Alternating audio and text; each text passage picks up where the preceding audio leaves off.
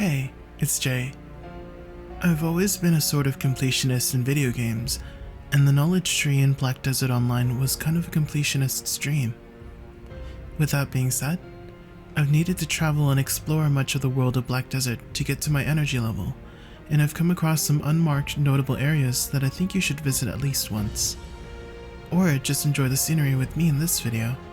Just a quick disclaimer, I will not include any of the secret areas that have already been found. I just personally think most of them are very boring and not very pleasing to look at. To start us off, the place I'd like to introduce to you first is the Gyfin Temple Arena.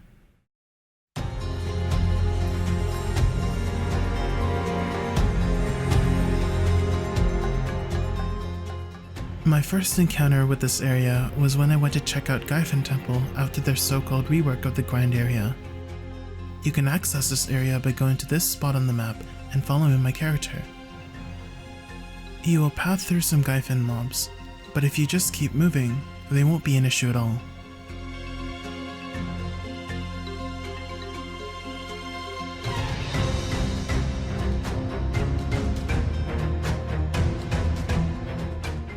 You'll eventually come across some descending stairs, and as you make your way down, you will see some intricate architecture and a stunningly beautiful secluded arena overlooking the vast ocean.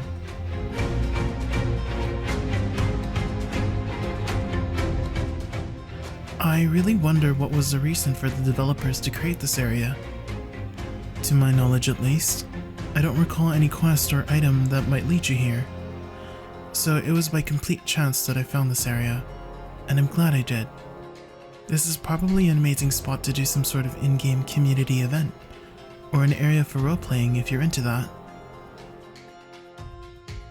The next place I'd like to show you are the underwater ruins near the Kingdom of Haso. This place is under the Vadabin and Jor Sea, located at this spot on your map. As you dive down towards the submerged structures, you'll notice some archways that indicate that this was some sort of entrance to this place. I like to think that this might have been a great city, but fell to a catastrophic disaster.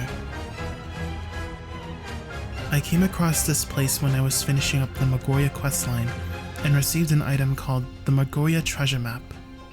Following the map led me to a marker on the world map, which eventually led me here.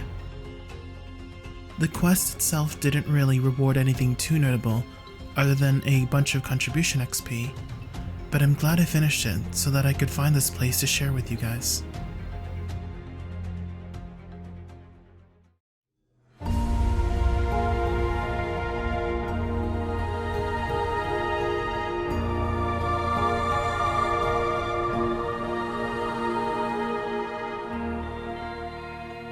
I've grinded a good amount of Star's End, but a mysterious spot that I was always curious about was a gated off area inside this cave. While pathing towards Star's End from the north side, you can find an off-beaten path that leads towards this entrance. The architecture here really reminds me of the architecture from the Calphionian and Serendian Zarka shrines, which kind of makes sense since this grind area is full of Zarka-like mobs. You can also interact with the corner of the gate to receive knowledge. When they first announced reworked areas for Star's End back in the summer of 2020, I was thinking that they could have opened this gate as like a dungeon type area to grind Star's End mobs. I still think that this could be a potential extension to Star's End in the future, similar to how Histria received brand new areas in its rework.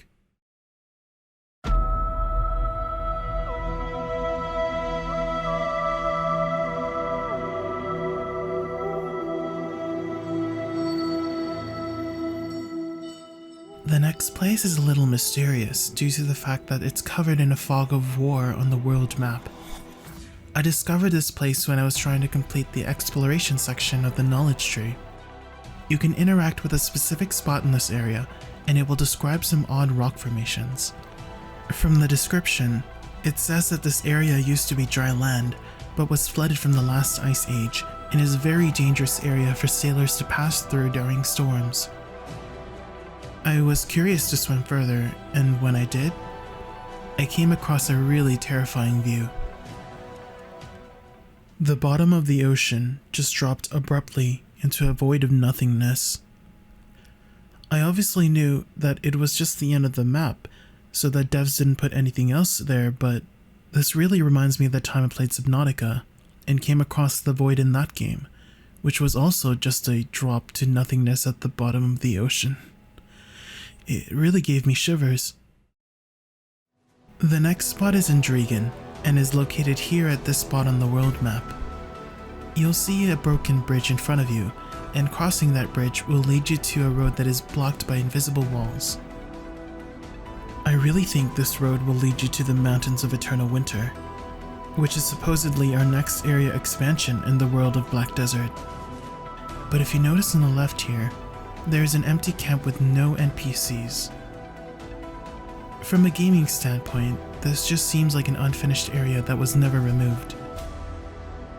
To me, I like to think that this was an abandoned camp, and that someone or something drove away the people who once lived here. Maybe a giant dragon scared them off. Anyways, I just can't shake the feeling that something more sinister happened here. This area also kind of reminds me of those videos where people describe areas in video games that players weren't meant to find.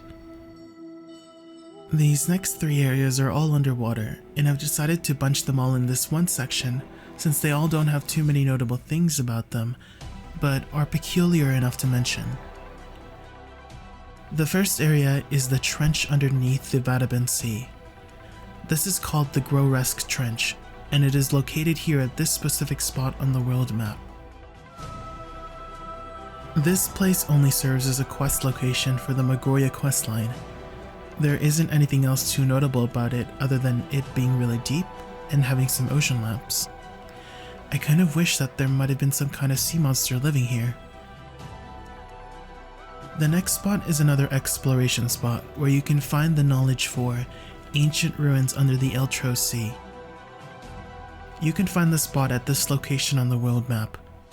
Heading into the ruins reveals a large room with a dead end. Unfortunately, this is it for the spot, and there isn't anything else too notable to mention. The last underwater area that I'll mention is something that you might have already encountered if you've done the Great Expedition questline, and it is the ruins under Oquilla's Eye. This place was really cool to explore when I first encountered it. It has a plethora of colorful plants and coral, as well as stone pillars and even a bridge. This probably indicates that this place might have been some sort of temple, but was eventually flooded due to the rising sea levels. This next spot is something that I think a good majority of people will have encountered already if they've done any questing in Valencia. And it is the Scar of the Desert. This place is a giant rift in the desert that spans for a few hundred meters. The area below is an enormous cavernous zone and acts as an area for questing, as well as the actual entrance to the Historia ruins. Although the entrance to the ruins is completely sealed, the only ways to enter are through randomly spawning portals in the desert, or giving a Black Spirit's Claw to the NPC at the Aukman node. When I first came here, I thought that this was one of the most astonishing areas that I've ever seen. This giant cavern was riddled with ancient architecture and broken constructs. There was a giant Colossus-like construct NPC that you only got to see once during a quest and you never saw it again. It really reminded me of the game called Shadow of the Colossus. I really think it would be such a cool world boss to be added to the game. If you've ever done Bottering or the Pit of Undying Arena, you'll be familiar with this last area. I'm talking about the Crow's Nest. This area is mysteriously shrouded by mist and can only be seen as a silhouette on the world map. Traveling here for the first time and seeing these rock formations really reminded me of those basalt rocks from those northern European countries. As you walk up the area, you'll find a beautiful waterfall and more basalt rock formations.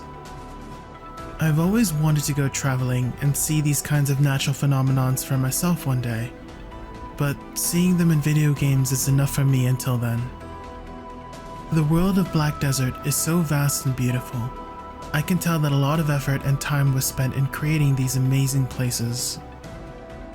It's kind of a shame that most players won't find and experience some of these places due to the effort needed in finding them. But I do hope that I was able to share with you guys a little bit of my excitement, passion, and wonder about these places in this video. If you guys know of any other cool spots that not many people know about, let me know in the comments. And this brings us to the end of the video. I'd like to say thank you again to my patrons over at Patreon. To Chris, MineCroco, Squish, and especially to Arakaari, Irosuri, and BeanXD. I've always thought and was satisfied with the thought of just working a 9-to-5 job and never really considered creating content as a job career. I know it's still very early to say that this is and would be a career, but I can't express how much it means to know that there's people out there willing to support me in my endeavors. Thank you. Thank you again. If you'd also like to support me on Patreon, please check out the link below. Throwing a like or subscribe also helps a lot. See you in the next one.